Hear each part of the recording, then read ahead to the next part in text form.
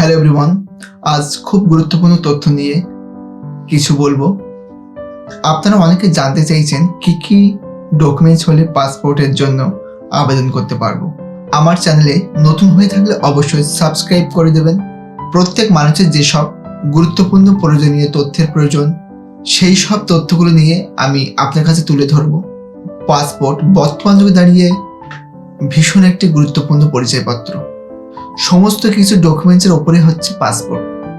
যার কাছে পাসপোর্ট আছে সমস্ত ডকুমেন্টস ভেরিফিকেশন কমপ্লিট করার পরে সে যে সেই দেশের নাগরিক তা প্রমাণ করার জন্য সবচেয়ে বড় মাধ্যম হলো পাসপোর্ট।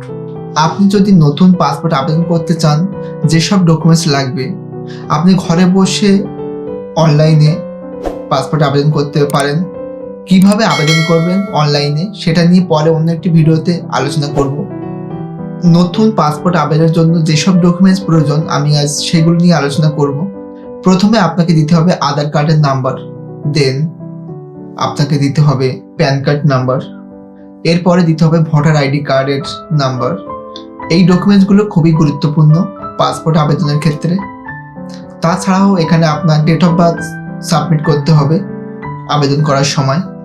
আমাকে অনেকেই কমেন্টে জিজ্ঞাসা করেছে যদি ডেট অফ বার্থ সার্টিফিকেট না থাকে তাহলে আমি কি করব। সেক্ষেত্রে আপনার মাধ্যমিকের অ্যাডমিট কার্ড, মাধ্যমিক সার্টিফিকেটে যে ডেট অফ বার্থ আছে এটা দিলেই চলবে। এইগুলো হলো মেন পাসপোর্ট অ্যাপ্লিকেশন করার জন্য।